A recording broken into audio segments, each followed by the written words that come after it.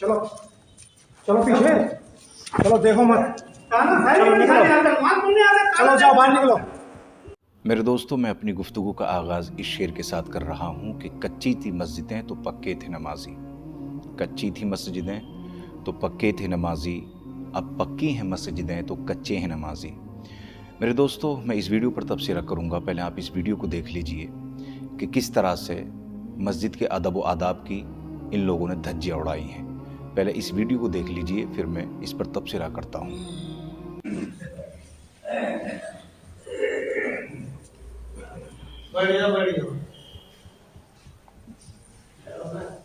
बैठ जाओ या पीछे निकल जाओ। तुम्हारी समझ में आती फिक्र रहा है, तुम्हारी समझ नहीं आती, समझ नहीं आती। चलो चलो पीछे, चलो देखो मत, चलो निकलो, चलो जाओ बाहर निकलो। जब तुम्हें खड़ा होना है ऐसे तुम खड़े हो जाओ, क्या जरूरत है? किसी वाले खड़े हो जाओ। पहले जगह के लिए आगे आई हूँ। कौन आगे जो बैठे हैं वो आगे आए और तुम तो आओ ही मत कतई। बताओ काम कहाँ जो है तुम बैठ जाओ। अल्लाह अकबर। कैसे कैसे लोग पड़े हैं यार।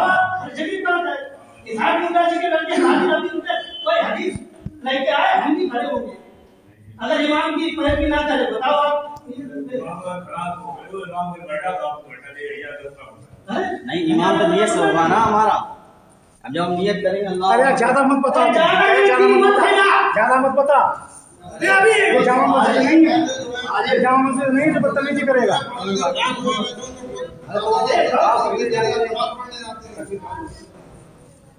आते कितने लोग हैं? 2 लोग हैं, 3 लोग। ऐसे की मदद कर रहे ना, दम निकल जाता है अच्छे अच्छे की, 2-3 लोग समझे। और बहुत दीनदार बने बेहतर, तमाशा होता है। दीनदार बने हैं, ये दिखाया हम दीनदार है। काहे के दीनदार हो? बहुत सही। सही होता है। मेरे भाइयों, इस वीडियो को देखा आपने गौर से। इस वीडियो में जिहालत देख लिया आपने। अब आप सोच रहे होंगे कि आखिरकार ये मामला क्या है कि 2 मुसलमान मस्जिद में क्यों झगड़ने लगे हैं और मस्जिद के इमाम एक मुक्तदी को मस्जिद से बाहर निकालने लगे हैं। हालांकि इमाम का काम ये नहीं होता है। इमाम का काम तो ये होता है कि मस्जिद के अंदर मुक्तदी ज़्यादा से ज़्यादा आएँ, और इमाम चाहता भी यही है। जिस तरह से कोई दुकानदार ये नहीं चाहता कि मेरा ग्राहक टूटे, इसी तरह से कोई इमाम ये नहीं चाहता मस्जिद का कि मेरा कोई मुक्तदी नमाज से महरूम रहे या मस्जिद छोड़कर चला जाए। लेकिन ऐसा क्या वाक़या पेश आया कि ख़ुद मस्जिद के इमाम को उस मुक्तदी को बाहर निकालना पड़ा। तो इसकी तफसील मैं आपको बताता हूँ, लेकिन पहले मैं एक बात और कहूँगा आपसे कि मेरे दोस्तों, हम पे जो आफतें आ रही हैं ना, ये मुसलमान होने की वजह से नहीं आ रही हैं। हम पे जो परेशानियाँ, जो आफतें या जो अज़ाब आ रहा है, किस शक्ल में आ रहा है ये आप जानते ही हो। ये मुसलमान होने की वजह से नहीं आ रहा है, ये नाफरमान होने की वजह से आ रहा है। क्योंकि हम इतने नाफरमान हो चुके हैं अपने परवरदिगार आलम के कि अब हम पर जालिम हुक्मरान मुसल्लत कर दिए गए हैं।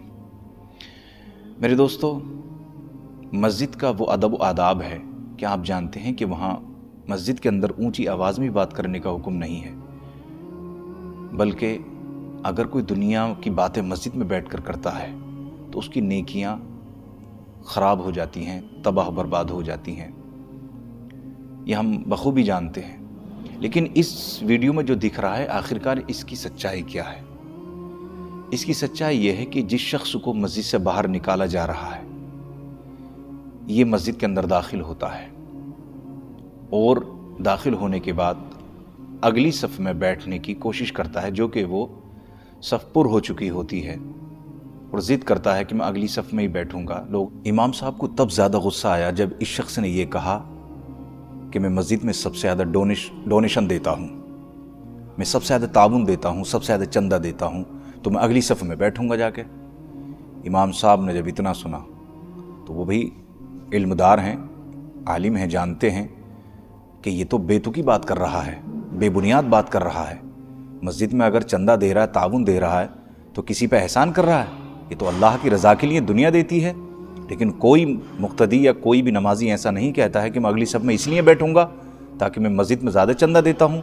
इमाम साहब ने ये सुनते ही कहा, आउट ऑफ मस्जिद। निकलो यहाँ से, मस्जिद से निकलो आप। और बिल्कुल सही किया, क्योंकि हम ये देखते हैं अगर इस तरह के मुक्तदी पैदा होते रहे और इस तरह के मुसलमान अगर मसाजिदों में जाके इस तरह की बातें करते रहे तो फिर इमाम हक़ ही नहीं बोल पाएगा। कल को कोई शराबी आके खड़ा हो जाएगा, शराब के ऊपर तकरीर मत कीजिए। कल को कोई जुआरी खड़ा हो जाएगा, जुए के ऊपर तकरीर मत कीजिए। कल को कोई जिनाखोर आके खड़ा हो जाएगा इमाम साहब के ऊपर कि साहब जिना के ऊपर तकरीर मत कीजिए। तो मेरे दोस्तों फिर हक़ गोई कैसे बयां की जाएगी मस्जिद के अंदर? फिर इस माशरे को सुधारा कैसे जाएगा? इस माशरे की इस्लाह कैसे की जाएगी फिर? तो इस तरह से इमाम साहब ने बिल्कुल सही किया और ऐसे मुक़्तिदों को इलाज होना भी चाहिए जो इस तरह की बातें मसाजिद में आके करते हैं।